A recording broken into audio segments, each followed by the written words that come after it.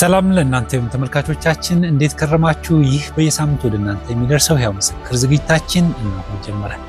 ይህ ፕሮግራም እንግዲህ ወደ እናንተ የሚደርሰው በየሳምንቱ አንድ ቀን ሲሆን በዚህ ፕሮግራማችን የተለያዩ ሰዎች የህይወት ዘመን ምስክርነታቸውን የመጡ ይነግሩናል። በዚህ ደግሞ ብዙዎቻችሁ የተነኩ ብዙ ሰዎች በየጓዳው ተደብቀው ያሉ በየዓለማት ውስጥ ያሉ ኢትዮጵያውያንና ኤርትራውያን ቋንቋ የሚሰሙ ሰዎች ሁሉ በጣም ብዙ እየተባረኩበት እንደሆነ የጻፋችሁልን እየደወላችሁልን ላላችሁ ሁሉ እናመሰግናችኋለን። እግዚአብሔር ይባርካችሁ። ዛሬ በአዲስ እንግዳ ወደ እናንተ መጥቻለሁ። የዛሬ እንግዳዬ ከረጅም ዓመታት በፊት ኢትዮጵያ ውስጥ በዝማሬ አገልግሎቱ የሚታወቅ ከኢትዮጵያ ከወጣ በኋላ ደግሞ ከዝማሬ አገልግሎቱ በተጨማሪ ደግሞ በሕክምና በተለይ ደግሞ በአእምሮ ሕክምና አገልግሎት እያገለገለ የሚገኝ ቤተክርስቲያንንም በጸጋው እያገለግሎቱንም ባላንስ አድርጎ እያገለገለ የሚገኝ ወንድማችን ኤልያስ አበበ ነው። ወንድማችን ኤልያስ አበበ በተለይ ከ20 ዓመታት በፊት ይመስለኛል ከወጣው ዝማሬዎች ውስጥ ብዙዎቻችሁ የምታውቁት የሚመስለኝ አቤት ያንተ ምሕረት ብዛቱ የሚለው ነው አይደለም የሚታወቀው? የአብርሃም አምላክ እንግዲህ አሁን ለመጀመሪያ ጊዜ ከብዙ ዓመት በኋላ በካሜራ ላይ ሆነውና ምናልባት እቺን ፎቶ እናሳይ። እዛ አልበሙ ላይ ያለችውን አያችኋት? እቺን ፎቶ እንግዲህ ብዙዎቻችሁ በዛ ዘመን የነበራችሁ ታስታውሱታላችሁ ብዬ ተስፋ አደርጋለሁ። ወንድማችን ኤልያስ አበበ በስቱዲዮአችን ተገኝተን እንኳን ደህና መጣ። እንኳን ደህና ቆየኝ ተስፋዬ። እንግዲህ ተመልካቾችን ሰላም በመዝሙር ሰላም በላቸው ሲያስታውሳችሁ ትንሽ ዜማውን ማለት በዜማ ቅኔ ፕሮግራማችን ወደ እናንተ እንደርሳለን። በኢቫንጀሊካል ቴሌቪዥን የሚዘጋጅ ዜማ ቅኔ የሚል ፕሮግራም አለን። በዛ ላይ ዝማሬዎቹን ይዞ ይቀርባል። ዛሬ ግን የተገናኘነው የህይወት ምስክርነት ለመስጠት ነውና ትንሽ ዝማሬዎችን አስታውሰንና እንደዚህ እንግዲህ ያለ ሙዚቃ ተፈትነኛል። ብዙ ዘማሪዎች ይፈራዋታል እቺን ነገር አለ። ለምንድን ነው ሲንሞክራት እንግዲህ የጠዋት ድምጽም ብትሆን ሞክራታለን። የአብርሃም አምላክ አይኖቼን ክፈት እማጸናለሁ አሻግሬ እንዳይ የከበረውን ይህን እመርጣለሁ በዙሪያዬ ካለው ከለምለሙ ላይ አይኖቼን አንሳ እሱን አይቼ ለኔ ያሰብከውን ጌታ እንዳላጣ። በጣም እናመሰግናለን። እንግዲህ የተረፈውን በዜማ ቅኔ ፕሮግራማችን ላይ ጠብቁ። ዜማውን በተመለከተ ወደ ምስክርነቱ ነው የምንሄደውና አሴምብል ኦፍ ጋድ በሚጀምርበት ጊዜ ያው አንተም የአምልኮ መሪ ሆነ ከመድረክ ላይ ከሚታዩት ዋነኛው አንተ ነበርክና ምናልባት እዛ የነበሩ ሰዎች በደንብ ያስታውሰዋል። ወደዛ እንመጣለን። ግን የምንጀምረው እኛ ይሄው ምስክር ፕሮግራም ከልጅነት ነው። አገልጋይ ዝም ብሎ አልበቀለም፣ ደግሞ ድንገት የተገኘም አይደለምና ላይፍ ታይም ፕሮሰስ አይደለም። በህይወት ዘመን ሁሉ ተሰርቶ የሚወጣ ስለሆነ ስለ ልጅነት ጀምሮ እንግዲህ እንድትተርክልን ነው መድረኩን ሰጥቻለሁ። እሺ እንግዲህ አሁን እንዳልከው የምናተኩረው ሞር በዝማሬው በሙዚቃው ስለሆነ እንግዲህ የሙዚቃ ኢንትረስቱ ያደገው ልጅ ሆኜ ነው። ከዛ በፊት ስለ ቤተሰብ ስለ ልጅነት ብትነግረን ከዛ ብንጀምር ይሻላል። እንግዲህ የተወለድኩት ያደግበት ቦታ ልጀምር። አቃቂ በሰቃ አሁንም አቲንክ በዛው ስም ነው ያለውና አቃቂ በሰቃ ነው ያለው። በድሮ አድራሻው ቀበሌ 03 የሚባል ቦታ ነው እና እዛ ነው ተወልጄ ያደግኩት። እነ ቤተልሔም የነ ጥሩ ሰው ጎረቤት ነበርክ ማለት ነው? እና ቤተሰብ እንግዲህ 9 ነን። እኔ 7ኛ ልጅ ነኝ። እንግዲህ እዛ ነው የ6 እህቶች ከኔ ጋር 3 ወንዶች ነን። መጀመሪያ ወደ ሙዚቃው እንግዲህ ያው ድሮ ብላክ ኤንድ ዋይት 4 እግር ያለው ትልቅ ቴሌቪዥን ነበርና በዛኔ ነው ስለ ሚውዚክ ኢንትረስቱና ልጆኜ ጌታን ሳላውቅ በፊት ስለ ሙዚቃ ኢንትረስት ያደረብኝ ያው እዚህ ሀገር የሚሰሙትን ሙዚቃዎች ሰማ ያው የሰው ስጦታ እንግዲህ የምታውቀው እና እዛን የዜማ የሙዚቃ ነገር ያደረብኝ ማለት ነው። ግን ሙዚቃም ያው ስሜት እኮ የሚመጣው ስታድግ ነው አይደል? የልጅነት ንገርና መጀመሪያ ትንሽ እንደው ምናልባት የልጅነት የምን ሙዚቃ አይደለም የቤት ውስጥ ቤተሰቦችን ስለ አስተዳደግ ስለ ሰፈር ትንሽ ንገር። እንግዲህ እያወራን ያለ ነው እንግዲህ ዘመኑም ሄዷል። በመላጤ እንግዲህ አትሾልድ ቢሆን እንግዲህ ከቤት አክቹዋሊ ከቤት ውስጥ ኢንተርቴን በማድረግ የምታወቀው ነበር። ሙዚቃ ሲኖር በመደነስ በጌታ ናቸው ቤተሰቦቼ በጌታ አሁን የተወሰንን እንግዲህ እግዚአብሔርን በማወቅ ኦርቶዶክስ ቸርች ሄዶ በመጸለይ ከአያታችን ናቸው በተለይ እግዚአብሔር ፍቅር እንዲያደርብን ቤተክርስቲያን ሄዶ ማስቀደስ ከዛ ነው የጀመረው የእግዚአብሔር ፍቅርና ነገር ግን ወደ ጌታ የቤታችን እግዚአብሔርን ደግሞ ፐርሰናል በሆነ መንገድ የተዋወቅ ነው የነ ጥሩ ሰው ዘማሪ የነሱ ቤተሰብ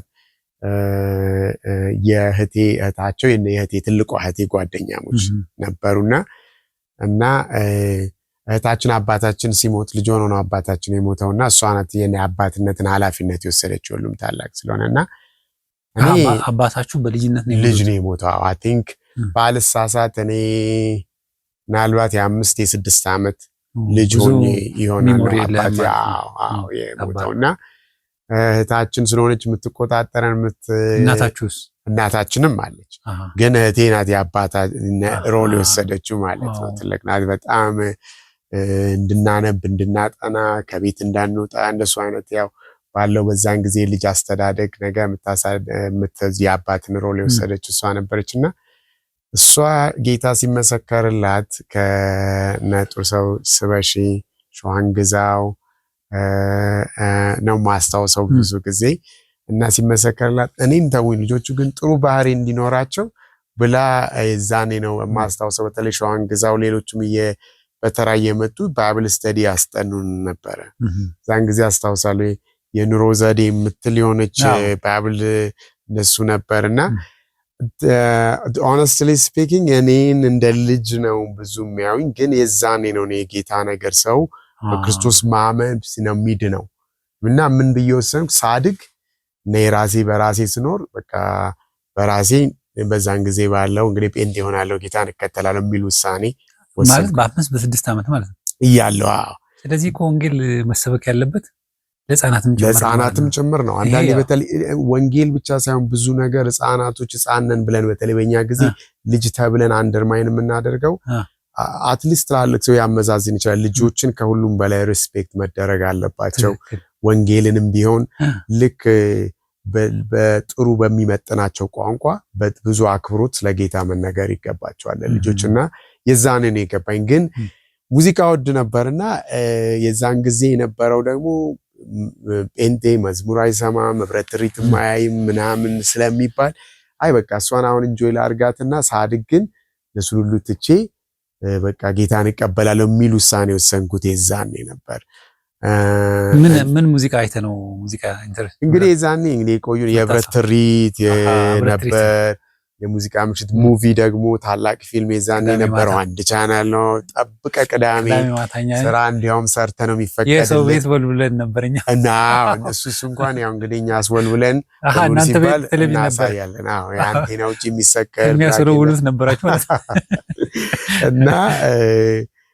እና እንደሱ ስለነበር ያው በዛን ጊዜ የነበረው ነገር ያው ዘፈናት ሰማም እንደዚህ አታይም ፊልምም አታይም በጣም ስትሪክት ነበርና የነበረና እንደሱን ላይፉ ትንሽ ልጅ ሆኜ አይን እንኳን ሚስ ማድረግ አልፈልግም ዳንስ ወድ ነበር ብረት ሪት ሲከፈት እኔን ኢንተርቴን ማድረገው እና እንግዳም ሲመጣ ኢንተርቴን ነበርኩና አይ ቲንክ የዛኔ ነው ግን የገባኝና ለነ ጥሩ ሰው ሽበሺ በዛን ጊዜ ጴንጤ መሆን ጌታን ማምለክ እንደ ወንጀል የሚታይበት ነው አይ ቲንክ የደርግ ታይም ስለነበር በብዙ መከራ ግን ወንጌልን በዛ አካባቢ ላሉት በተለይ ለኛ ቤተሰብ ትልቅ ጌታን እንድናቅ ምክንያት የሆኑን ናቸው ከእንግዲህ 9 ነን ከ9 ውስጥ አብዛኞቻችን ጌታን እናውቃለን ሁሉም ሰምተዋል እናትም ጭምር አዎ እህቴ ደግሞ በዛን ጊዜ አይ ቲንክ ለሷ እኔ በጣም እየገባው ቸርች የርኩ ስጨምር ትንሽ ሁኔታው አላስደሳትም ጎበዝ ተማሪ እንደሆን ስለምትፈልግ ብዙ ጊዜ አይ ዶንት ኖ እዛ ጊዜ እሷ የነበራት ኢምፕሬሽን ሞር ወደ መጽሐፍ ቅዱሱ ሲሆን ትምህርቱን ብላ ስለምታስብ ትንሽ ታፍ ነበረች በመታቀው በራሷ ሞቲቫ ጥሩ ነው ለኔ ጥሩ ቦታ እንድደርስ ነው ግን ራሷ አስተዋውቃ ጌታ እንዳውቅ ብለን በፊት እንዲያው በዱላ ነበር መጽሐፍ ቅዱስ ምናነባው አንዱ ያነባል ከዛ ለዛ ቀበል እየተገረፋችሁ አዎ ጸሎት ራሱ የጀመርነው እንደ በቃ ማታ ማታ ስብሰባ ይኖረናል፣ ጸሎት ይኖራል። ደግሞ ባይብል ስተዲ ደግሞ ሸዋንግዛው የመጡ በማለ ያስተምሩን ነበርና ሸዋንግዛው ማለት የጥሩ ሰው ወንድም ነው ማለት የጥሩ ሰው ወንድም ነው። እሱ ነበር ብዙ ጊዜ የመጣ መዝሙሮችን የዛን ጊዜ የድሮ መዝሙሮችን ነው በብዛት እኔ የማውቀው እና ቅድም የድሮ ዘማሪ ስትለኝ እሱ አዲሱ የሰጠኝ ነው። እኔ የማውቀው የድሮ ዘማሪ ብዬ ሌላ ነበር ማሰብ አንተንከኔንም አንተ በድሮ ሲያሚው እንኳን ማርጀቴን እያስታወስከኝ እና እንደዛ ነው ልጅነት። ብዙ ጊዜ ያው ከቤት አንወጣም፣ አጥር ግቢ ያለን እንደዛ ነው። ድሮ ከቤት መውጣት እንደ ትልቅ ነገር ነው የሚታየውና ግን ጌታ በነ ሸዋንግዛው ቤተሰብ ወደኛ ቤት በዛ ነው ለኔ በተለይ የነበረውና እዛ ነው የጌታን ማወቅ እንግዲህ ጀመረው። የት ቤተክርስቲያን ነበር የምትሄዱት? እንግዲህ የኔ የቤተክርስቲያን ይሄ ነው ማለት የዛኔ አቲንክ ሙሉ ወንጌል ቤተክርስቲያን ነው የአቲንክ እሱን ራሱ ያወቅኩት ካደኩ በኋላ ነው። ምን ቤተክርስቲያን ተብለው እንዲታ የዛኔ በየቤቱ እየተደበቀ ከዛ እንደዛ ጀመርን። ከፍ ስል አክቹሊ ትልቁ ጌታን ለመቀበል የሚለው ውሳኔ እኔ ግራጁዋል ነው። ግን ልጆኜ አይ በቃ እኔ አሁን ጌታን መቀበል ይቆየኝ እንደፈለግኩኝ መዝሙሩንም ዘፈኑንም ምንም እያርኩ እያሰብኩ አንድ ቀን በኔ እድሜ የሚሆን ልጅ ሰፈራችን ይሞታል ማቀውና በጣም ደነገጥኩ። ለካ ልጅም ይሞታል። ብሞት ግን ሲኦል እንደምገባ በክርስቶስ ካላመንኩ አንደርስታንዲንጉ ነበርኝ። ይገርማል በዛ እድሜና ደነገጥኩኝ። ለካ ልጅም ሰው ይሞታል እያሰብኩና አንድ ያጎቴ ልጅ ጌታን ተቀብሎ ነበር። የዛኔ is very fire በቃ ይጸልያል ምናምንና እሱን ጠርቼ በቃ ጌታን መቀበል ፈልጋለሁ እንዴት ነው ማድረግ የምችለው እየጠየቅኩት ቤት ለቤት ጸሎት ነበርና ፍቅረ ሕይወት የሚባል የሙሉ ወንጌል አገልጋይ ወንጌላዊ ነበር። እሱንም የማውቀው አሁን ነው ራሱ እና እዛ ይዞኝ ሄዶ ጌታን እንድቀበል የዛኔ ወሰንኩኝ። የ9ኛ ክፍል እያለሁ ነው። ከዛ የሚባልም አንድ የአቃቂ አገልጋይ አለ። እሱም በህይወት ኢንፍሉዌንስ ካመጡት በዛን ጊዜ ስለ ጌታ ያስተምረኝ ነበር። እንደሱ ትዝ ይለኛል። ዘመኑ ቆይቷል። አንዳንዶችን ያስቻሉና ቤት ለቤት ከዛ የምትወጣው ራሱ ስትገባም አንዳንድ እየተደበክ ነው። መኖሪያ ቤት ውስጥ ነው የፍቅረ ሕይወት የሚባለው ወንጌላዊ ፍቅረ ሕይወት የነሱ ቤት ነው። እሱም በኋላ ከጠየቀኝ ደግሞ ጥሩ ምስክርነት አለው ፍቅረ ሕይወት በአባቴ ላይ ያረከው ነገርና ኤኒዌይስ እዛ አንዳንድ እየወጣን ነበር የምንገባ። አባቴ ከሞታቸው በኋላ ነው አንተ ጌታን ማለት ከሞቱ በኋላ? አባቴ ልጅ ሆኖ የሞተው እኔ 9ኛ ክፍል እንግዲህ በዛን ጊዜ ፕሮባብሊ ወይ 10 ውስጥ ሆናለሁ እድሜ እንግዲህ ላለማምታታት እንግዲህ 9ኛ ክፍል እያለሁ ነው እንግዲህ ጌታን ለመቀበል የወሰንኩት። 9ኛ ክፍል እያለሁ ስለዚህ አይ ታሪኩን ሳንረሳው ይሄ ሰው በአባት ላይ ያደረገው ማለት ከዛ በፊት ነው ማለት አንተ ጌታን ከመቀበል በፊት ነው። በፊት ነው። አዎ ልጅ ነገርና ወደዚህ እንምጣ።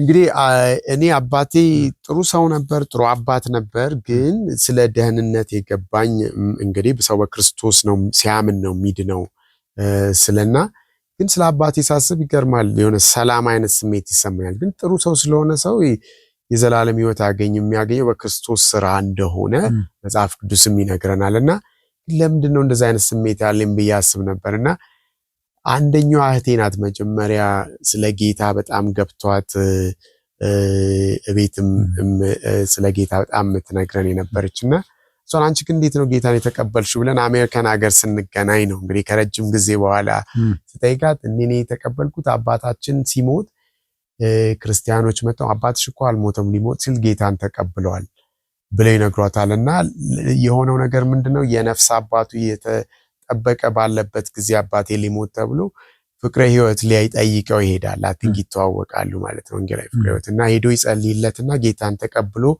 ፍቅረ ሕይወት እንደወጣ አባቴ ዛኔ ይሞታል ጌታን ተቀብሎ እና የዛኔ ነው ሚስጥሩን ያወቅኩት። ጌታን ተቀብሎ ሂዝ ዴዝ ቤድ ላይ ነው ጌታን ተቀብሎ የሞተውና የተማረው አድቬንቲስት ስኩል ነው። ስለ ጌታ ያቃል ቤታችን መጽሐፍ ቅዱስ ነበር። ግን አትንክ ያንን ውሳኔ የወሰነው በቃ በመጨረሻው የሞት አልጋ ላይ ሆኖ ነውና እና በዚሁ አጋጣሚ እንግዲህ ጌታ የተጠቀመበት ወንድም ነው ወንጌል ፍቅረት እሱ ራሱ የሚያቀኝ አይመስለኝም። ያውን ይሰማል ሲሰማ እንግዲህ ወይ ደውል ይላል እና የነ ጥሩ ሰው ስበሺ ቤተሰቦች እና ፍሬህይወት ትልቅ ኢንፍሉዌንስ አላቸው እኔም ስሰማ ያደግኩትና ወደ ጌታ ለመምጣት ምክንያት የሆኑት እንግዲህ እነሱ ናቸው። እንግዲህ ያው ኢትዮጵያ ውስጥ አደግ ከዛ በኋላ ግን ሃይስኩል እያለህ ነው አይደል ወደ ውጭ ሀገር የወጣው? እንግዲህ ታሪኩን ለማስታወስ ያው 9ኛ ክፍል እያለሁ 91 የኢህአዲግ ለውጥ የመጣበት ጊዜ ሲመጣ ደሴም ዓመተ ምህረት ነው እኔም ከኢትዮጵያ ወጣሁት። በ9ኛ ክፍል ያለው በቦርደር ነው የወጣሁት በቦሌ ሳይሆን በባሌ በሚባል ኢህአዲግ ሲገባ 83 ማለት ነው 83 በኢትዮጵያ 9ኛ ክፍል ነበር እና ኤኒዌይስ እና የዛኔ ነው ከጌታን አወቅኩ። ቤት ውስጥ ትንሽ ቻሌንጅ ነበር። ራሄል ያልኩ ትልቁ እህታችን ጥሩ ሞቲፏ ጥሩ ነው ግን ጴንጤ መሆኑን እንግዲህ ያለው ነው ያላት አንደርስታንድ። አሁን ጥሩ መግባባት አለን። ቸርችም ምንም ማንበብም ብዙ አላት። የጌታንም ትወዳለች። ኦርቶዶክስ ሀፋችን ኦርቶዶክስ ቤተክርስቲያን አብሳችን እና ራሱ የሚያመጣው የኦርቶዶክስ ቤተክርስቲያን ያመጣውም ትልቅ ኢንፍሉዌንስ አለ። ወንጌልንም እግዚአብሔርንም ቃል ለማወቅና እሷም ታፍ ነበረች። የሀገሩም ሁኔታ ጥሩ አልነበረም። የዛኔ ጦርነት በየአካባቢ ጥይት ይተኮስ ምናምን ነበርና ከኔ ትንሽ የሚበላልጡ ካዝኖች ነበሩን ቤት። እዛኔ ነው እንግዲህ ከደርግ ወታደር ጋር ወደ ሞያሌ ገባን ማለት ነው። በለውጡ ሂደት ማለት ነው። በለውጡ ሂደት ምን ልታደርግ ወታደሮች ጋር ሄድክ?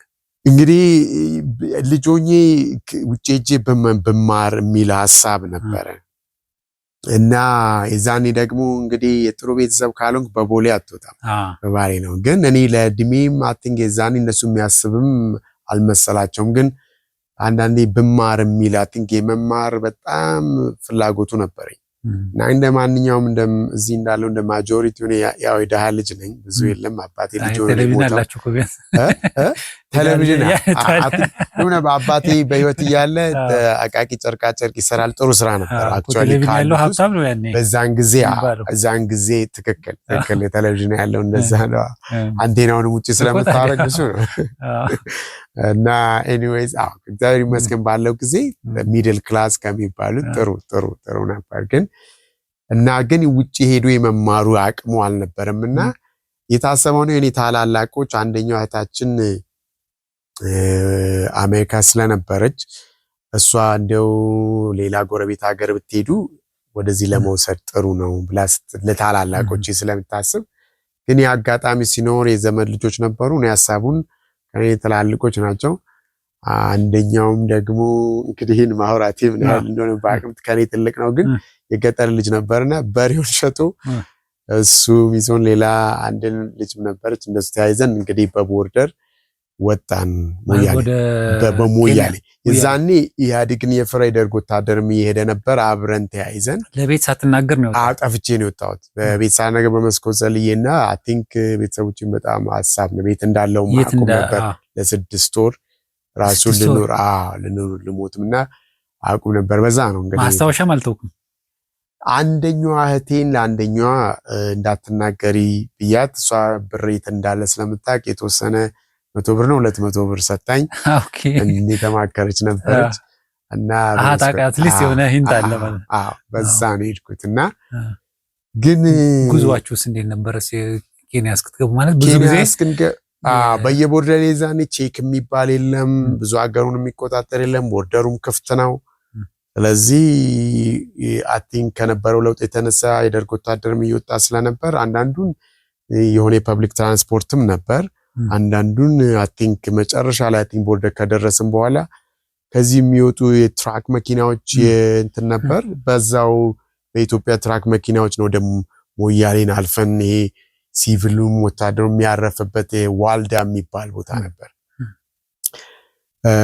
እና እዛ ሄድን እና ትዝ ይለኛል አንድ ህንድ ነበር ለዩኤንኤችሲአር የሚሰራውና እና አንተ ከየት መጣ ወላጆች የት ናቸው ምናምን ብሎ ይጠይቃልና አይ ወላጆች የሉኝም ግን በቃ እና እህቴ አሜሪካ አለችና በዛ ለሄድ ነው አልኩት።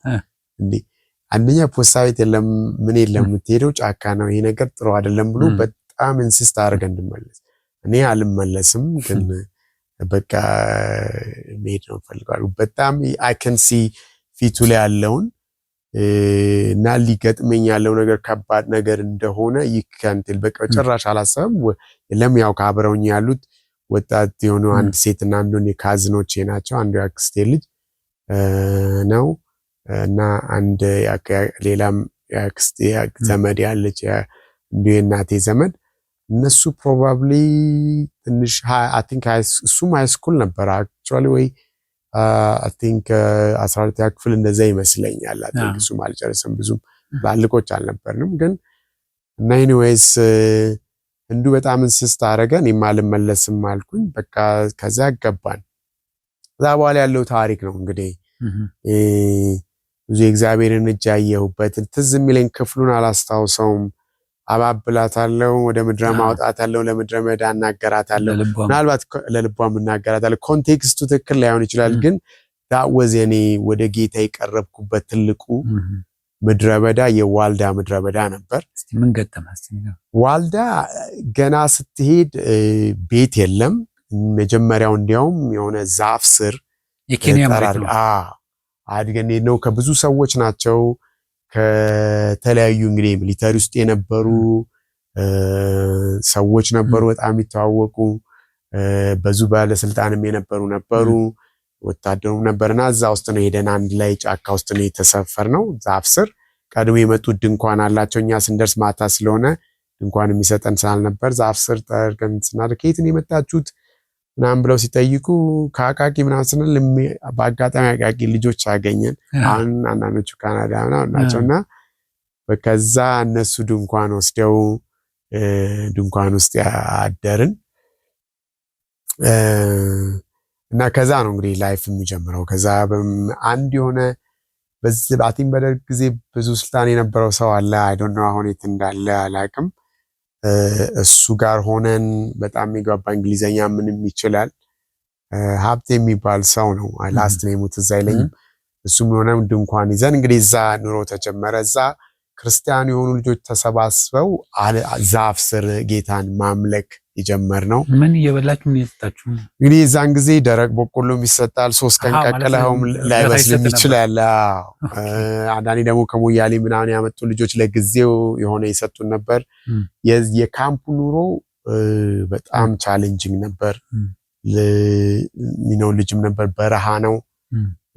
I think 47 degree centigrade probably 100 ሁሉ ይሆናል ማለት ነው በፋራናይት I think በጣም ሙቅ የሆነ ቦታ ነው።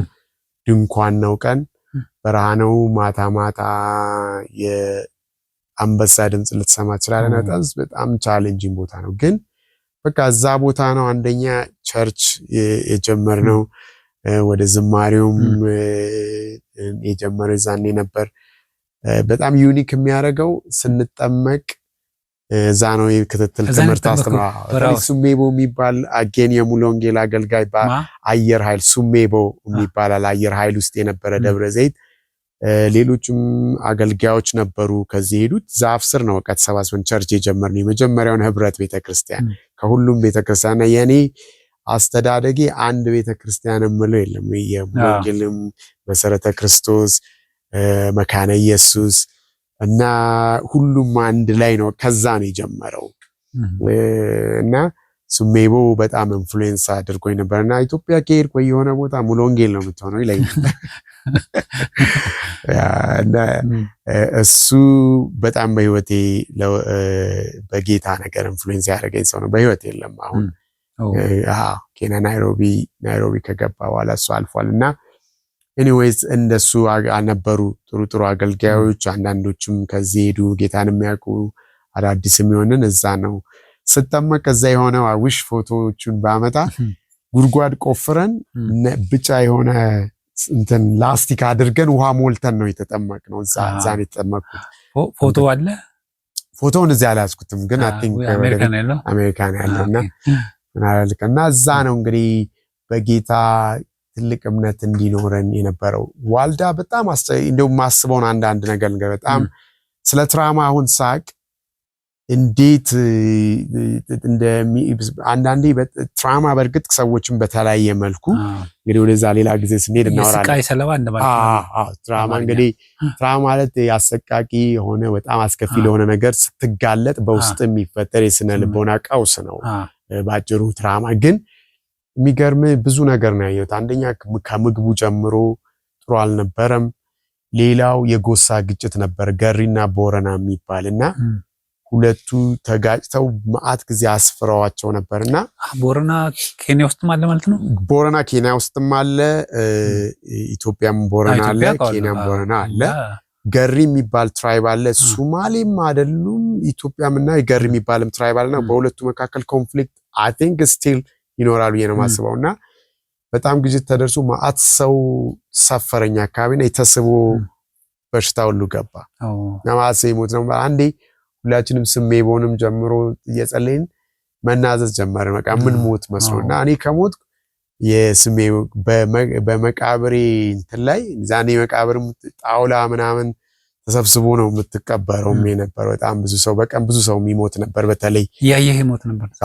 ህፃናት የሞተ ህፃናት አዝለው የሚሄዱ ሁሉ ነበሩ። በጣም it's was the most horrific የሆነ ቦታ ነው ያ ቦታና ኢየሱስ ጌታ ነው ብሎ ይጻፍልኝ እና እንደዚህ መናዘዝ ሁሉ ጀምረን ነበርና የሚገርመው ግን to be honest ያ በዛን ጊዜ በጌታ የነበረኝ ደስታና satisfaction አሁን ሁሉ ነገር አለ መቼስ በሰው ለሰው ደስታ የሚሰጠው ነገር በተለይ በዚህ መካከል ላውራ የምችለው ለሰው ትልቁ እውነተኛ የሆነ ደስታ የሚሰጠው እግዚአብሔር ነው። እውነተኛ የደስታ ምንጭ እግዚአብሔር ነውና ዛኔ በሽርጥ ነው እንሄደው ከልብስ ማልፍበት አካላቴ ግማሹ ጥቁር ነው ግማሹ ነው just the most የማይመች ቦታ ነው። ግን በመንፈሳዊ ገነት ነበር የነበረን ፍቅር በጌታ ማንነት ከየተለያየ ቦታ የመጣን ሰዎች ነበር። የተለያየ ቸርች ባክግራውንድ የተለያየ ዘር ጎሳ ባክግራውንድ ነበር የነበረን ፍቅር። በዛ ዛፍ ስር የምናሳልፈው የጌታ ማዕድ ትልቅ ነበርና ብትጠይቀኝ እስከዛሬ the most happiest time ብለህ ብታስበኝ የዛኔ ነበር። ግን ምንተኛው መሬት ላይ ሰኔን ላይ ተኝተ ስትነሳ ለገላ መስመር ይሰራል። ምክንያት የዛኔ ሰሌን ላስቲክ ላይ ነበርና ከእግዚአብሔር ጋር የመጣበቅ እውነተኛ የህይወት ትርጉም ማን እንደሆነ ያወቅኩበት ያ ምድረ በዳ ነበር። እና ያ አይ ቲንክ የ9ኛ ክፍል ተማሪ ነበር።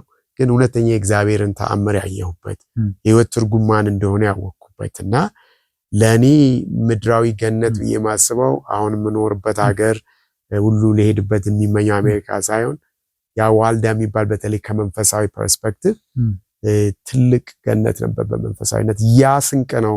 እስከዛሬ ብዙ ፊሎሶፊ በህይወት ያልፏል ስለ እግዚአብሔር ዓለም ነው የራሴን መከራ እግዚአብሔር ማንነቱን አንዳንዴ እምነት የበረሃ ጊዜ ይኖራል እግዚአብሔር አለ ወይ የሚለውን ብዙ ጊዜ ወደ ትዝታ አምጥቶኝ ሳስበው ያ ታይም ነበር።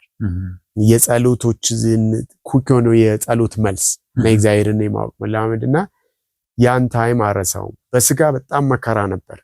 አንዳንዴ ያው የጎሳ ግጭት ስለነበር አንዱ መጥቶ አንደኛውን ብሔር ገሎ አርዶ ይሄዳል። ተቆራርጦ ሰዎችን በትራክ ተጭኖ ሲቀበር ያየውበት ታይም ነው። ወዝዝ ቬሪ ስለ ትራማ ሲነሱን እንዴት እግዚአብሔር ያን እንደሸፈነው በጸጋው I can't comprehend it from clinical perspective. I don't understand. I mean በተወሰነ ያህል አንዳንዴ ከቆየ በኋላ ድሪም የማረገው ምናምን ነበር። በእርግጥ በህልም እየመጣ which is ያንን የፖስት ትራውማቲክ ስትሬስ ዲስኦርደር የሚባል አለ። I don't think ዲያግኖሱ አለኝ ብዬ ባላስብም አንዱ የሴፕተሙ ምልክት ይሄ እንደዚህ አይነት ናይትሜር ነውና አንዳንዴ እንደሱ ማያቸው ታይም አለ። ግን ጥሩ ፋንክሽን አረግ ነበር ያው እስካሁንም አለው። ግን ደግሞ በጣም አሰቃቂ ቦታ ነበር ዋልዳ በስጋ ያለፍንበት። አይ በጣም ጥሩ ትቀጥልናለህ። የረፍት ሰዓታችን ስለደረሰ ረፍት አድርገን እንመለሳለን። ተመልካቾቻችን እንግዲህ ታሪኩ በጣም የሚገርም ነው። እንግዲህ ብዙ ሰው የሚያልፍበት ነገር እኛ ምናልባት አንዳንዶቹ ያሉበት ያላችሁበት ሊኖሩ ትችላላችሁ። ጌታ ግን ያሳልፋል። ለማንኛውም ከረፍት በኋላ እንመለሳለን። የተከታተላችሁ የምትገኙት የህያው ምስክር ዝግጅታችን ነው። በኢቫንጀሊካል ቴሌቪዥን ወደ እናንተ በአየር ላይ እየደረሰ ይገኛል። እንደዚሁም በዩቲዩብ በሲኤምኤን ቲቪ የዩቲዩብ አድራሻ በዓለም ላይ ለምትገኙ ኢትዮጵያውያን ኤርትራውያን እየደረሰ ነው። ከረፍት በኋላ ስንገናኝ ህያው ምስክር ነው። ተመልካቾቻችን ከረፍት ተመልሰናል። እየተከታተላችሁ የምትገኙት በሲኤምኤን ቴሌቪዥን ተዘጋጅቶ የሚቀርብላችሁ ይህ ምስክር በኢቫንጀሊካል ቴሌቪዥን በአየር ላይ በሳተላይት ወደ እናንተ እየደረሰ ይገኛል። እንደዚሁም ደግሞ በዩቲዩብ አድራሻችን ሲኤምኤን ቲቪ ኢትዮጵያ በሚለው በዓለም ላይ ለምትገኙ ኢትዮጵያውያን ኤርትራውያን እየደረሰ ይገኛል። የዛሬ እንግዳዬ ደግሞ ዘማሪ ኤልያስ አበበ ነው። ኤልያስ እንግዲህ በኬንያ ስለነበረው አሰቃቂ ጊዜ ግን አሰቃቂ አላልከውም አንተ፣ አሰቃቂ ቢሆንም የህይወቴ ትልቁ ከፍታ ጊዜ ነው ያልከውና እኔ አሁን ያስተማረኝ ነገር አለ። ሰዎች አሁን ድሪም የምናደርገው እንደ ሰው ማለት ነው መኪና ኖረኝ ቤት ኖረኝ፣ በተለይ ደግሞ አሁን በአሁኑ ዘመን ያሉ ሰዎች የሚያልሙት አሜሪካን ሀገር ሄጄ ኖሬ ምናምን ብለው ነው የሚያስቡትና ያ ይመስላችኋል፣ ግን ያ እንዳልሆነ ነው አሁን እየነገርክን ያለው። አዎ በእርግጥ አሁን እዛው ስለሌለክበት እንደስታወራ የሆነ ደብል ስታንዳርድ ነገር ይመስላል። አሚን በእርግጥ ልጆኝ የነበረኝ አነሳስ ልማር ዲቦታ ልደርስ ብዬ መጥፎ አይደለም እሱ ነገሮችም ሰው አስበ ሰቆቃን አትመርጠው። አይ ቲንክ እግዚአብሔር በሁሉም ይከብራል፣ ግን ስለ ህይወት ሚኒንግ ደስታ ስታስብ ማቴሪያላዊ አይደለም። ያዩትም ያገኙትም ሰዎች አንዳንዴ እንዲያውም በጣም ሁሉ ኖሯቸው ደስታ የሌላቸውም አሉ። አንዱ ስራዬ እሱ ስለሆነ ከልምድ ማወራው ይሄ እንግዲህ ታሪክ ነው እየጠየቅ ያለውን የታሪክ ነው ማለት አሁን መርጠህ ሂድና እዛ ኖር ብትለኝ ዞርዬ ማለት ነው። ግን ጸጋው እዛ አሜዚንግ። አሁን አውቃለሁ በብዙ ስደት የሚኖሩ ስቲል ራሱ የዛን ጊዜ የነበሩ ምናልባት ካኩማ የሚባል ቦታ ላይ ሊኖሩ ይችላሉ፣ ኬንያም ሊኖሩ ይችላሉ በስደት ላይ። ግን አንዳንዴ ላይፍ ኢዝ ፐርስፔክቲቭ ሁኔታውን ባትለውጥ የእግዚአብሔር ጸጋ በሁሉም ውስጥ ሊሆን ይችላል። ይሄ ማለት ምንድነው? እግዚአብሔር በራሱ ጊዜ የሚወስድ እንጂ አንተ መርጣት ደስታ ለማግኘት ብለህ እዛ አትገባ። እሱ እንዲያውም እግዚአብሔርን መፈታተን ጌታ ኢየሱስ ክርስቶስን እስቲ የሚያድንን ከሆነ ከዚህ ላይ ተወርወር አለው። እንደሱ አትመርጠውም፣ ግን እግዚአብሔር የሚወስዳለው። እኔ በልጅነት እንደሱ ችግር መከራ እንዳለ ባቅ አልሞክረውም። ሌላ ደግሞ በዛን ጊዜ የነበረኝ ቫልዩ ሰው ሲማር እንዲህ ሲያገኝ ምን ሲል እውነተኛ ደስታ ወይንም ደግሞ ሰክሰስ የምንለው ስኬት የምንለው ነገር ማቴሪያላዊ መስሎኝ ነበር። ያስፈልጋሉ እነሱ አይነት ነገሮች። አብርሃምም በመጽሐፍ ቅዱስ በሁለት የተባረኳሉ። ግን እውነተኛው በረከት ለእኔ አሁን የደረስኩበት ኮንክሉዥን የሰው ትልቁ ደስታ እግዚአብሔር ለፈጠረው ዓላማ ያንን ማከናወን መስራት ሲችል እውነተኛ ደስታ፣ ሰላምና እርካታ ያስፈልገዋል። ግን እንደሱ እንዳለ ሆኖ ግን ለአንድ ሰው ደግሞ ጤነኛ ለመሆን ዌልቢንግ የሶሻሉም የማቴሪያሉም እነዚህ ፍላጎቶች ደግሞ ለአንዳንድ ሰውም ጥሩ ለመሆን እነዚህም ያስፈልጋሉ። ግን በመከራ ውስጥ ስናልፍ የእግዚአብሔር ጸጋ ያቆመናል። ካለው ከህመሙም ከችግሩም አልፎ የእግዚአብሔር ጸጋ በፍጹም ደስታ እንድትሞላ ያደርጋልና ያን ደስታ ቴስት አድርጌዋለሁ ልልህ ነው በዛን እድሜ። ግን እንደዛ ውስጥ ሆነ አሁን ብዙ ጊዜ መከራ ውስጥ ሆነ ሰው መቼ ይነጋል፣ መቼ ይሄ ጊዜ ያልፋል፣ አሁን ይሄ ጊዜ አልፎ እንደው ጥሩ ጊዜ አለው ብሎ በጣም ውስጥ ስሜት ይፈጠራልና እንደዛ አይነት ነገር አልነበረም? ነበር አክቹአሊ። ከካምፕም እያለው ካምፑስ ቆመ ስታይ አድማስ ነው የሚታየው። መንገድ ላይ ነበር ነው ከሞያሌና የኢትዮጵያን የሚያገናኘው ከናይሮቢ ጀምሮ ያለ መንገድ ነው። ኮረኮንች መንገድ ነበር የዛኔ። አሁን አስፋልት ካረጉት አላውቅምና ቆመ እንግዲህ ያው በናይሮቢ ነው የምታስበው ወደ ሌላ ሀገርም ለመሄድ እና ስታይ አድማስ ነው የሚታየው የተዘጋና አሸዋ ነው፣ የበረሃ ዛፎች ነው ያሉትና እና በዛን ደግሞ በቀን እስከ 300 ሰው የሞተበት ጊዜ ነበር የተስበው ይገባ ያልኩ ጊዜ። የገሪም የቦረናም ናስ እንትኑ እንዳለ ካምፑ ተጥለቅልቆ ብዙ ሰው ይሞት ነበርና አይ ቲንክ የዛን ጊዜ አሉ እንዳልኩ ስንናዘዝ ነበር ሁላችንም። አንዳንድ ድንኳን ውስጥ ሆነን እንጸልያለን፣ ብዙ ነገር ይሆናል። ግን at some point በተለይ ከዛ ልለቀ ትንሽ ወራቶች ሲቀሩ ምን ያህል ጊዜ ቆየ?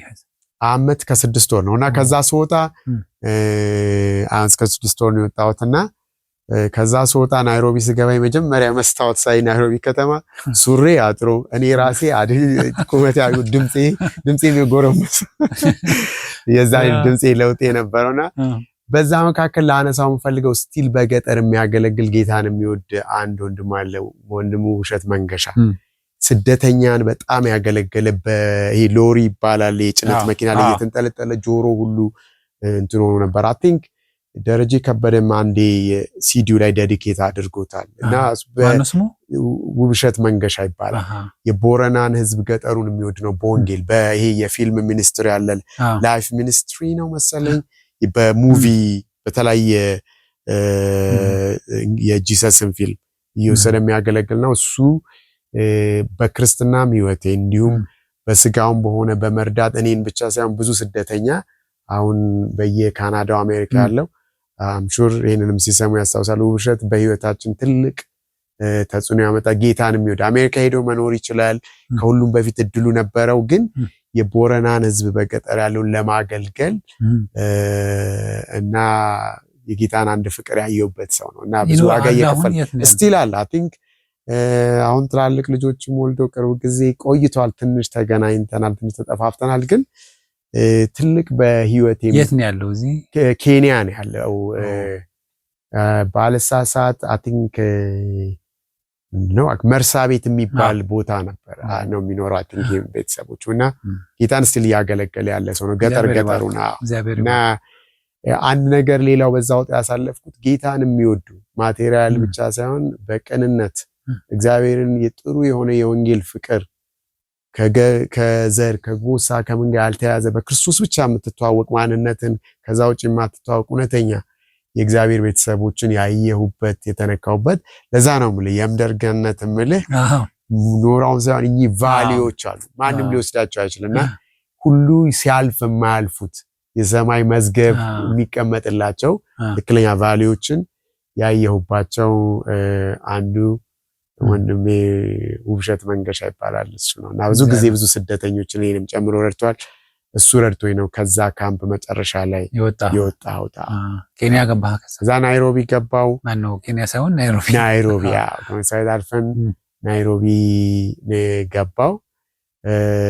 እንግዲህ እዛ ህብረት ቸርች ውስጥ ነው ያገባሁት እና የመጀመሪያ ወደ ዝማሬ ያለኝንም የዝማሬ ስጦታም የነገሩኝ አንድ ሰውዬ ናቸው ፍራራት ታውቀና ጉባኤ ውስጥ የህብረት ቸርች እጄ ገና ከካምፕም እንደመጣው ዘምር አይ ቲንክ ድምጼን ከፍ አድርጌ ዘምራለሁና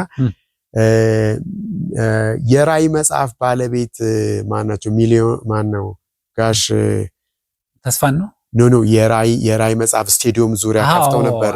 ሚሊዮን ጋሽ ሚሊዮን ከጎኔ ቁጭ ብለው ነበር እየዘመር አንተ ድምጼ ያምራል ኳየር እንድትመዘገብ ይሄ ኳየር ተመዝገብና አሉ እና ሳሙኤል ወልዴ የሚባል እንዳንተ ያለ የለም የሚል መዝሙር የጻፈ በጣም ዶክተር ሳሙኤል ወልዴ አሁን እሱም በኢዘኒሮ ሳይኮሎጂስት ነው። በአንድ ሌል የለምና ቃል እሱ ልዑል እግዚአብሔር ሆይ በጣም እሱ ነው።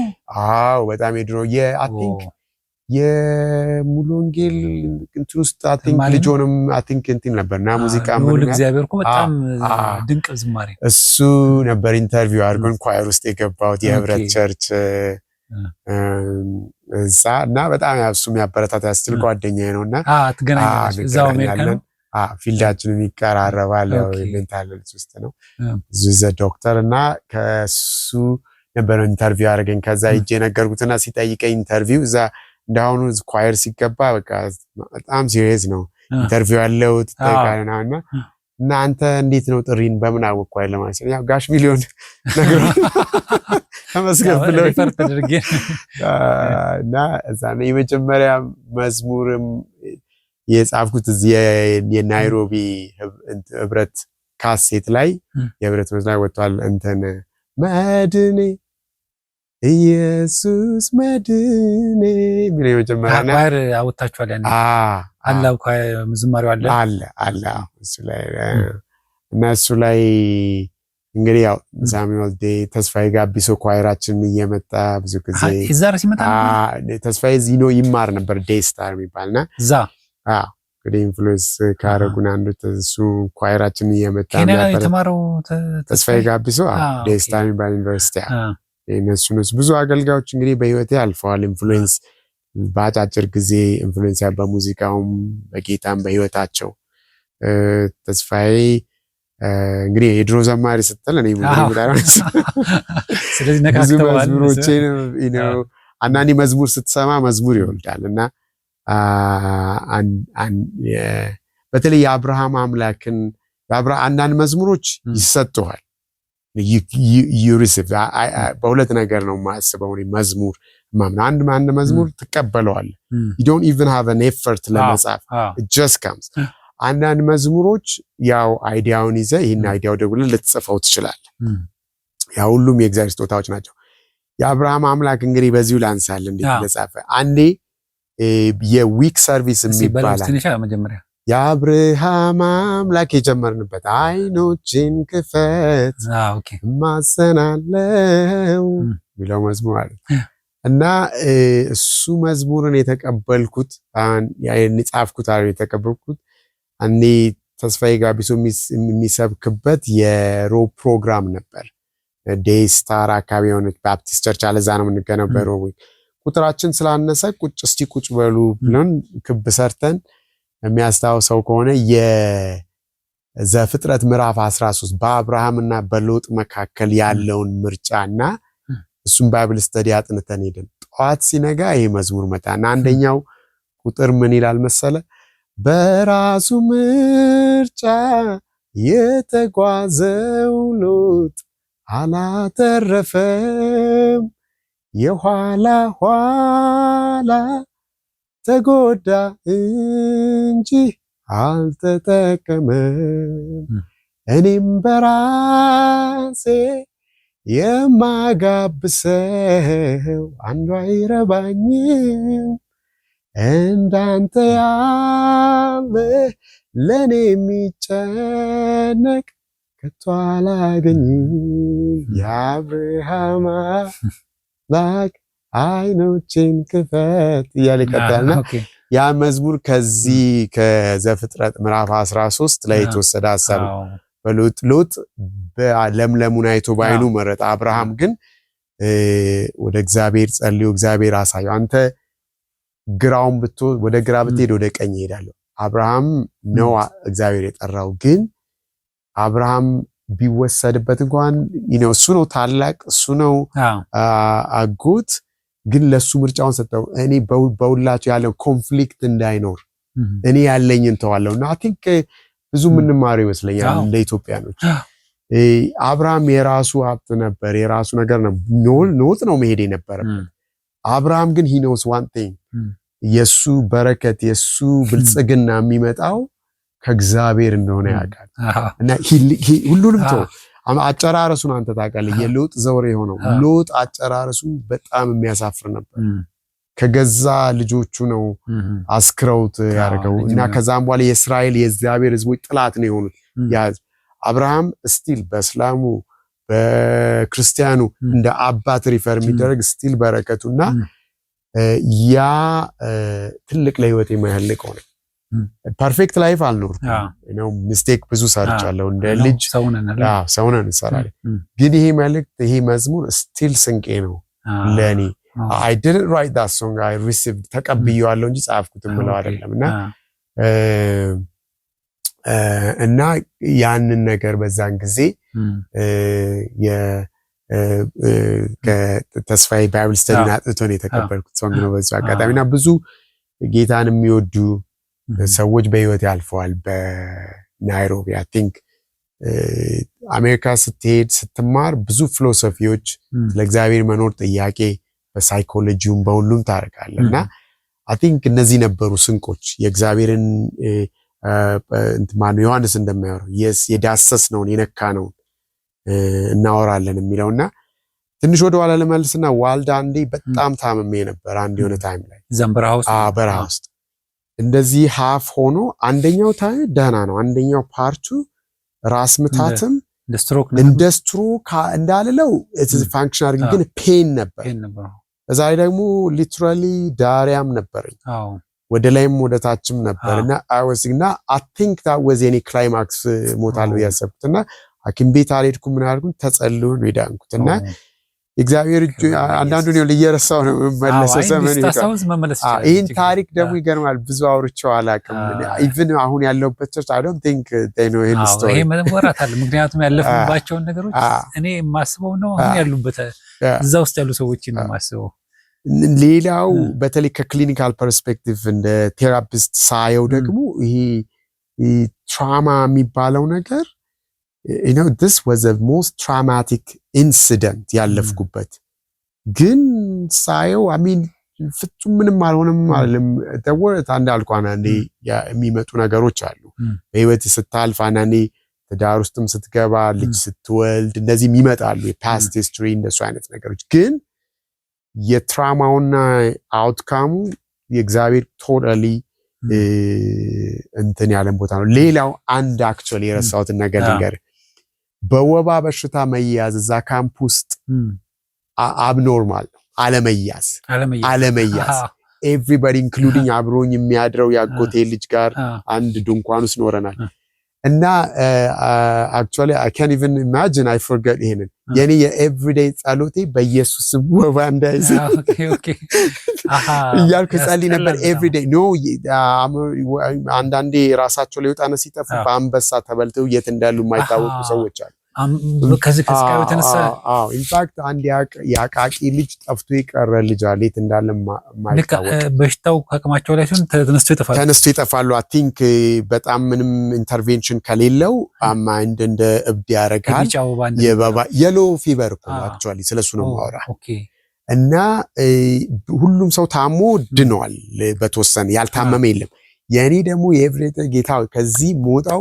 ወባ ሳይዘኝ that happened ወባ ላያዘኝ ያ ሰፕተም ነበር ምን እንደሆነ አላውቀውም በሽታው ግን ካለው ሰፕተሙን የሆነ some type of typhoid ምንም ሊሆን ይችላል ግን በሽታዛኔ ሐኪም ቤት የለም ሆስፒታል የለም እንደዛ በጸሎት ነው ዳንኩት ሌላው በቃ ወባ ሳይዘኝ ገባው በቃ አይገርምም ወባ ላያዘኝም እስከዛሬ አመት ከ6 ወር ነው የኖርኩት ያን ወር አይደለም የሁለት ወርና it is amazing ሰው እንዴት እንደሚረሳ እግዚአብሔርን ውለታ this was my prayer ረስቻለሁና አንድ ተአምር እሱ ነበር አሜን ወባ ሳይዘኝ መጣው ክብር ለኢየሱስ የሚገርም ነው እና ከኬንያ ለምሳሌ አሁን ብዙ ስደተኞች በግርም በአውሮፕላን የሚገቡ የነበረበት ቦታ ነውና በጣም ብዙ ደግሞ ትላልቅ አገልጋዮች የሚወጡበት እዛው ኬንያ ላይ ነው ብዙዎች ውስጥ ጠይቃቸው እዛ ስለነበሩ አሁን ጠርተልኛልና እስቲ እዛ ከነበራችሁ ቆይታ ስለነበራችሁ ህብረት ሞርብት ነገር I think ብዙ ሁላችንም የምንስማማበት በመንፈሳዊ ህይወታችን የተሰራንበት ቦታ ነው በጣም ብዙ መከራ ነው ፖሊስ ያሳድዳል አንደገና ከናይሮቢ መሆናችሁ ናይሮቢ ያለው ፍቃድ ከሌለ ምናምን ታፍሰ በረሃውን የምሸሸው በረሃ ተመልሰ ትሄዳለህ ታፍሰ ትወሰዳለህ አንተ ፍቃድ ነበር ለጊዜው ቴምፖራሪ ፍቃድ ነበረኝ እዛ ያለሁኝ ፓስፖርትም actually መጨረሻ ላይ አውጥቼ ነበር በጉርቲንግ እኔ አንደኛ በእድሜም ልጅ ነበር ጥቁር ስለነበርኩ አንዲት ስምልኝ ፖሊሶች ወደዚህ የመጡ የሚታፈስበት ታይም ነውና ላፍሲን ሲመጡ ናኩፔንዳ ኢየሱስ ናኩፔንዳ አንዛ በኪስዋሊ የዘመርኩ ማለት ነው ተወሰናዩ መልኬም ጥቁር ነው እንዳንተ አይነቱ ቀዩ ነው ይፈገር ስለዚህ ከዛ በኋላ አዩ ምናምን እየዘመርኩኝ የሆነ ትምህርት ቤትም ሄድ ነበር ባክፓክ ይዤ እና እየዘመርኩ እንዲያዩኝና በኪስዋሊ እየዘመርኩ አለፍኩት እና ፍርሃቱ ትታፈሳ ብዙ ችግር አለው ግን ቸርች አምልኮ በጣም ደስ ይል ነበር ስለ ጌታ ከተለያየ ቦታ የዛን ጊዜ ዊሉክ አፕቱ አገልጋዮች የነበሩ ከተለያየ ከአሜሪካም ከምን እየመጡ ኬንያ ያስተምሩ ነበር አማኑኤል ቸርች ትልቅ ኢንፍሉዌንስ ነበረው ብዙ ጌታን ያወቁበት በደርግ በምን ክደት ውስጥ የነበሩ ጌታን ያወቁበት ታይም ነው ብዙ ሰው ነው ወደ ጌታ የመጣው ኬንያ ውስጥ የህብረት ቸርችም እንዲሁ ህብረት ቸርች ማለት ስሙ ነው በቃ የህብረት የኢትዮጵያውያን ወንጌላውያን ህብረት ቸርች መሰለኝ ስም ባልሳሳት እንግዲህ ካሳሳት ይቅርታ ይደረግልኝ አንዳንዴ በቢልዲንግ በምንሰበሰብበትም KICC ብለው ይጠራ ነበር እዛ ትልቅ ቢልዲንግ ነበር የምንሰበሰብበት እዛ የዛ አባኔ እዛ ቸርች ነበር ማገለግለው ተስፋዬ ጻዲቁ አብዶ አክቹአሊ እዛም ያገለግላል ፓስተር ጻዲቁና በጣም ወደ ማለት በስደት መጥቶ ነው ወይስ አይ ለትምህርት ቤት ዴስታር የሚባለው ትምህርት ቤት መጥተው እየተማሩ ይሄዱ ነበር እነሱና ብዙ የሙሉ ወንጌል አቲንግ መስራች ነው ጋሽ ተስፋሁን ቅርብ ጊዜ አርፈዋል ሳን ፍራንሲስኮ ነው ተስፋውን አግደው ይባላል የድራሜ ሰው ናቸው እዛ የህብረት ቸርች ሽማግሌ ነበሩ ብዙ አገልጋይ አልፏል ብቻ እንግዲህ ስም እንዳላሳስት እና ያ እዛ ለጌታ በሆነ ነገር የጌታ ነገር ለማወቅ ትልቅ ቦታ ነበርና ብዙ አገልጋይ ብዙ ጌታን ያወቁበት ናቸው ብዙ ጊዜ በአገራችን ለውጥ ሲኖር ሁሉም ወታደሩም የተማረውም ሁሉም በተለይ ኬንያ ብዙ ስደተኛ አልፎበታል ግን ለብዙዎች ጌታን የሚያውቁበት ሀገር ሆኗል በእውነት አቲንግ እንደ ሀገርም ኬንያ ሊመሰገን የሚገባ ብዙ ስደተኛ ነው ያስተናገዱትና ቻሌንጁም አለ ሁሉም አለ ያው እንግዲህ አንድ ሀገር ስትሄድ ሁሉም ጥሩ ሁሉም መጥፎ አይሆንም ግን አቲንግ ጥሩ የስደተኛ አገር ነበር ብዙ በተለይ ያዝ ስደት ብዙ አስተናግደውናል እንግዲህ ኬንያ እኔ አሁን አንድ ከሰማሁት ነገር ምንድነው ያው ቸርቾች ነበሩ ግን ሁለት አይነት ቸርቾች እንደነበሩ ሰምቻለሁ ምናልባት አንተም ኤክስፒሪየንስ አድርገው ከሆነ አላቅም በእግር የገቡ ስደተኛ የሚባሉትና በደቡብ አውሮፕላን የገቡት እንደውም ይንቋቸው ነበር የሚባልም ነገር ሰምቼ ነበር ትክክል ነው አሚን የኔ ፐርሰናል የነበረኝ ኤክስፒሪየንስ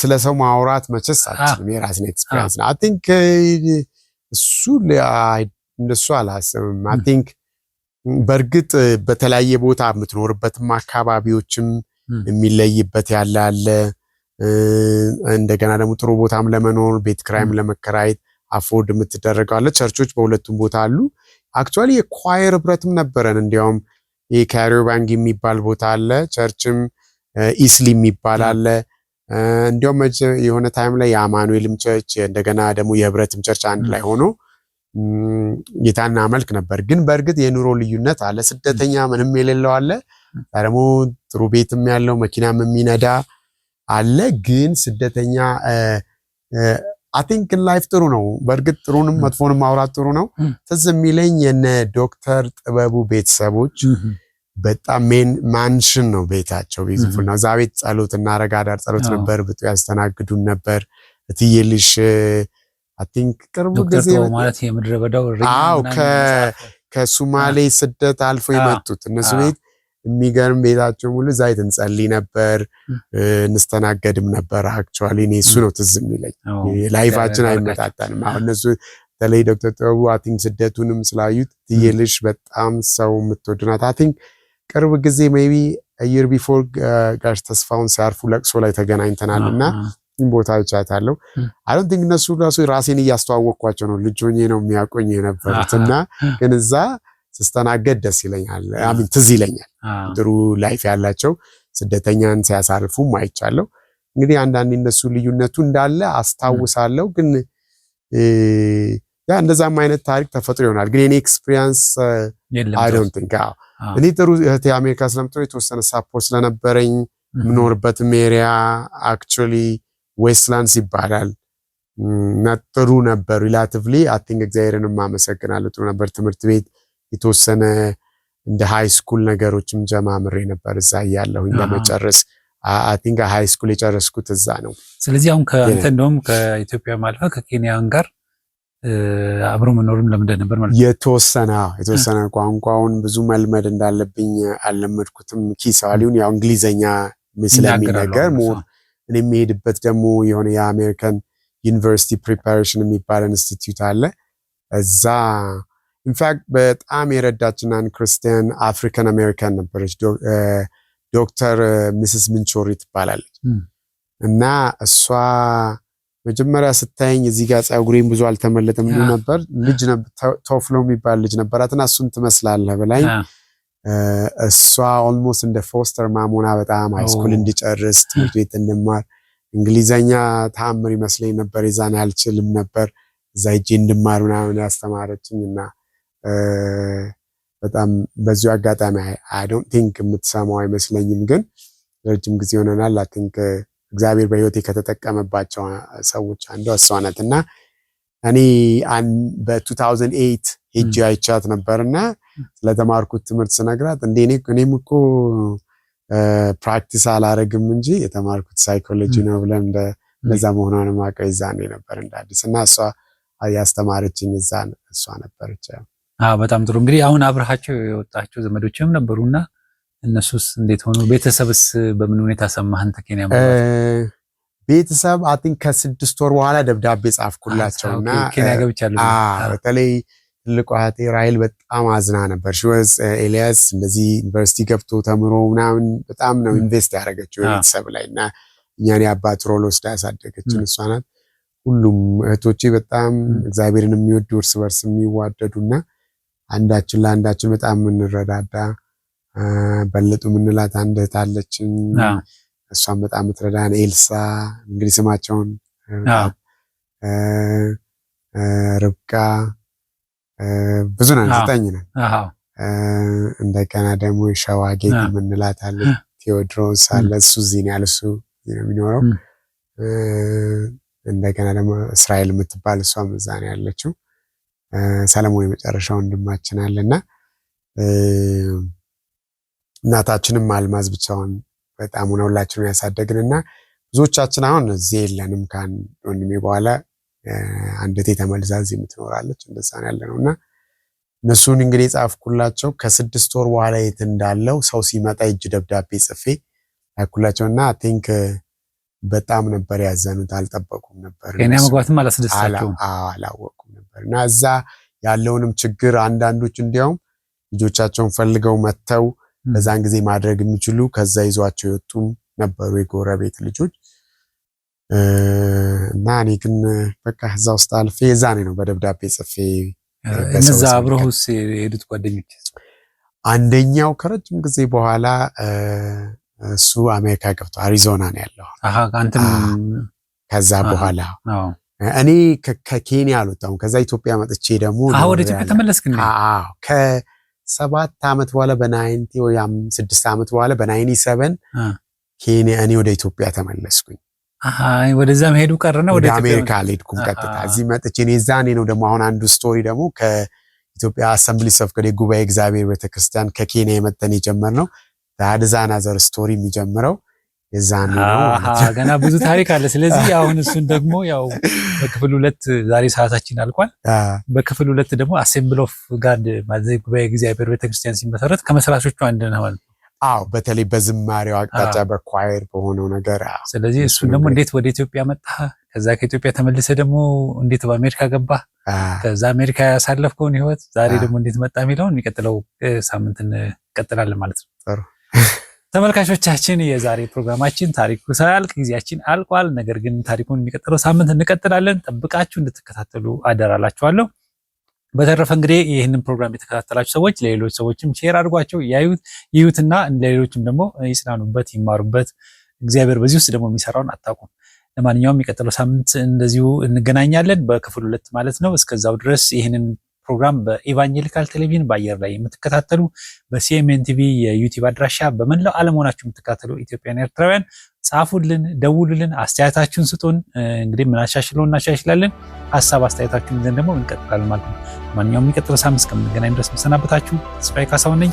እስከ ሳምንት ድረስ እግዚአብሔር ከሁላችን ጋር